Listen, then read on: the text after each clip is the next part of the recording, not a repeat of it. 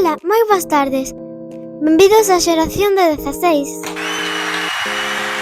Vinde comigo. Aquí temos a Ian, un profesor diplomado. Agora temos a Lara e Sofía, expertos nos reinos dos seres vivos. Boas tardes! Xa que empeza a xeración do 16.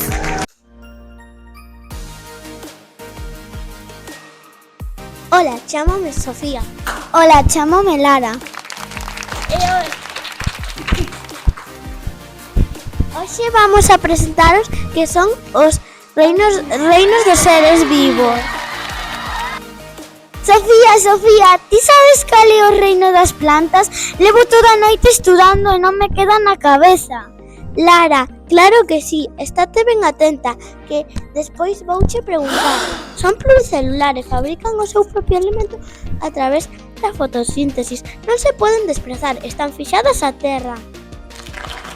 Son pluricelulares ou unicelulares, Lara? Son pluricelulares.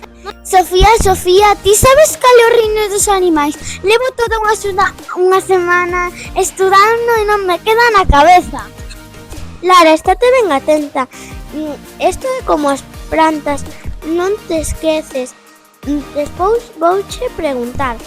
Son pluricelulares, alimentanse de outros seres vivos, buscan o seu propio alimento. Sí que se poden desprazar, como nós. Amiguiña, unha pregunta. Ti sabes que son os fungos? Levo toda a noite estudiando e non se me queda na cabeza. Pois claro que sí. E non te esquezas que despois vouche preguntar. Alimentanse de organismos ou de materia orgánica morta. Non se poden desprazar. Viven en sitios húmidos en temperaturas suaves. Poden ser a levaduras, os mohos ou cogomelos.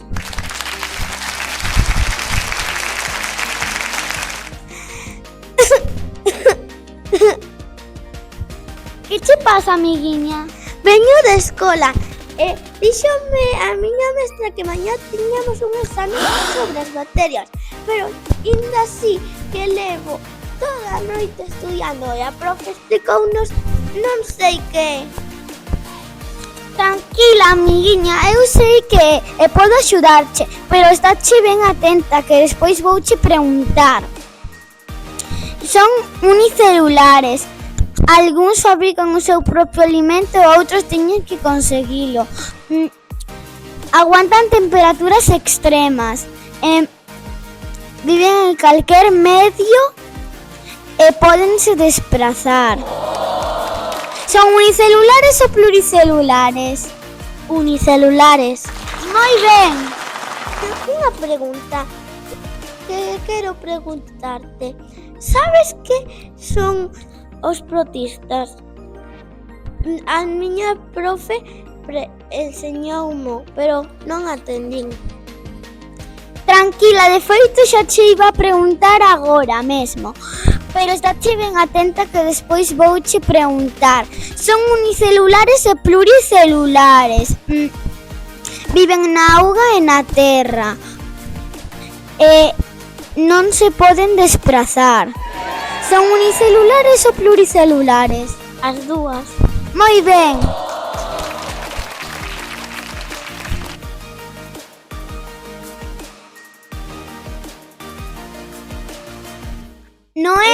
Noela! Xa lle podes preguntar as nosas preguntas científicas. Perfecto. Alá vou. Primeira pregunta. Os cocos poden enfermarnos? Sí, por suposto, causanos neumonía, farinxitis e feridas na pel. Seguinte pregunta.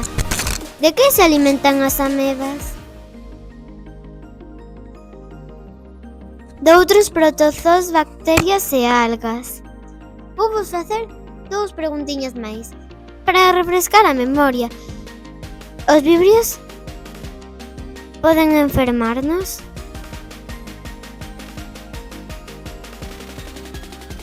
Sí, por suposto, poden nos causar feridas na pele e vómitos. Vou vos facer unha máis. Os virus teñen forma de balón de fútbol? Si, por suposto, a súa estructura é moi similar.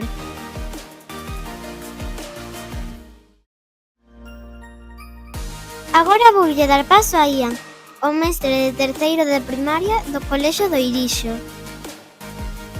que vai nos decir como aprenderon. Ola, chamo Ian e como ben di Noela, eu dou estudio a 16 nenos e nenas na clase de terceiro. Están aprendendo os reinos dos seres vivos. E aprenderon vendo vídeos, facendo flickbooks, co Kahoot, lendo libros, facendo exames. Están a facer unha investigación a bacterias cuns microscopios. Traballan a través do método cooperativo. É importante, aprendemos xogando. Gloria é especialista en bacterias e alimentos. E agora vamos dar paso a Ian. Como sabemos que a comida está contaminada por bacterias? Pois se falamos de que está contaminada, significa que está estropeada, por decirlo de algún xeito, porque as bacterias poden estar presentes nos alimentos, aínda que o alimento non este contaminado.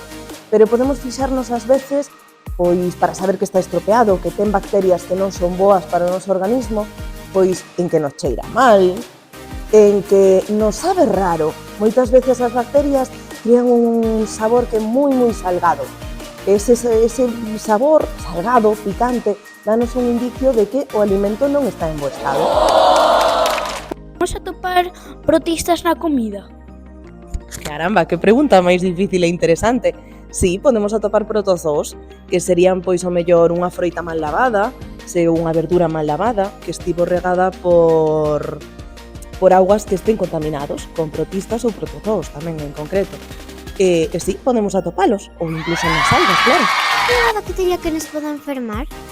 Sí, o igual que falábamos de bacterias beneficiosas, tamén hai moitas outras bacterias que son as que decimos cando os alimentos están contaminados, que son moi perxudiciales para o noso organismo.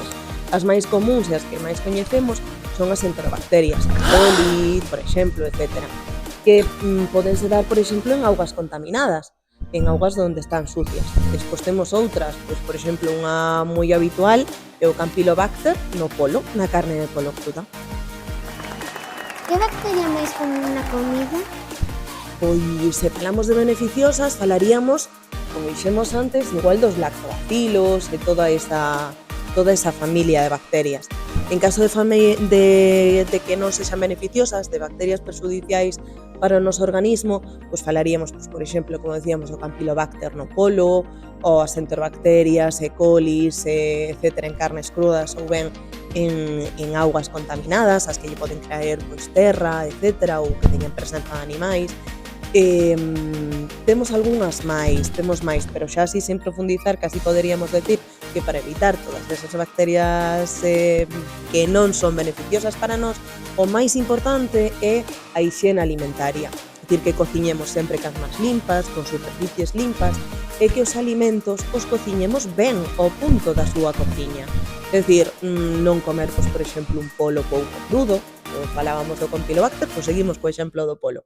Pois comelo sempre ben cociñado, porque así imos matar todas esas bacterias malas. Chegan as bacterias e os microbios ao intestino?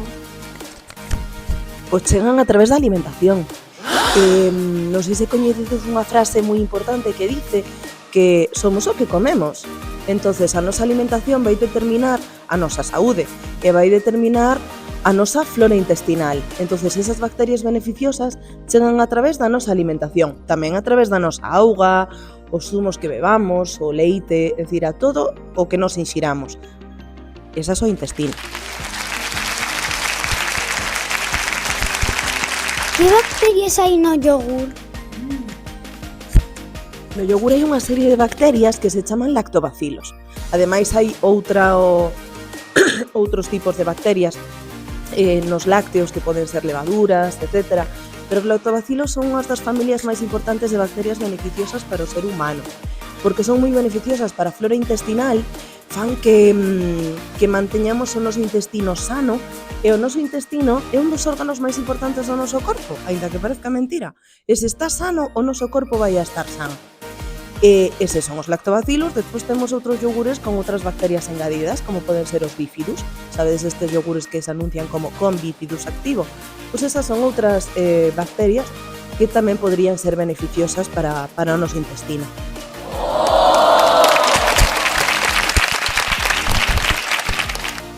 Como se move unha bacteria? Pois se me falas do movemento das bacterias, as bacterias teñen unha parte que chamamos flagelo, que é o que lle genera o movemento. Móveno como se fose un látigo, entonces gracias a eso vanse desplazando. Pero máis alá do desplazamento das bacterias, que é importante, tamén temos a transmisión das bacterias. É dicir, se tú, por exemplo, tes unha enfermidade que se transmite a través das bacterias e non lavas correctamente as mans, agora tocas a Lara vai tocarme a min, e esa bacteria vai se transmitindo todos nós. Cando tocamos a nosa barriga, a nosa nariz, a nosa boca, entran o noso organismo, que contaminarían, pois eu falo do sistema digestivo, pois por exemplo, o noso sistema digestivo, tamén o pulmonar. Por iso é importante que sempre vos din os mestres e os vosos pais que lavedes correctamente as mans, é por eso.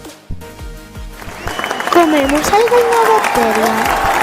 Sí, comemos varias bacterias. De feito, como decíamos antes con Lara, unha das principais bacterias máis beneficiosas para nós pois son os lactobacilos. E eses lactobacilos pois están presentes nos iogures que comemos pois cada día. E tamén os nosos lácteos conteñen bacterias, o queixo e despois todos aqueles alimentos que se vos ocurren fermentados teñen prácticamente todos bacterias, aparte das levaduras. É dicir, por exemplo, os encurtidos, os pepinillos, unha remolacha, chucrut, etc. teñen bacterias beneficiosas para o noso organismo. Moitas grazas por vir, Gloria. Aprendimos moitísimo contigo. Moitas grazas a vos por esta oportunidade. Foi unha entrevista moi bonita e moi especial.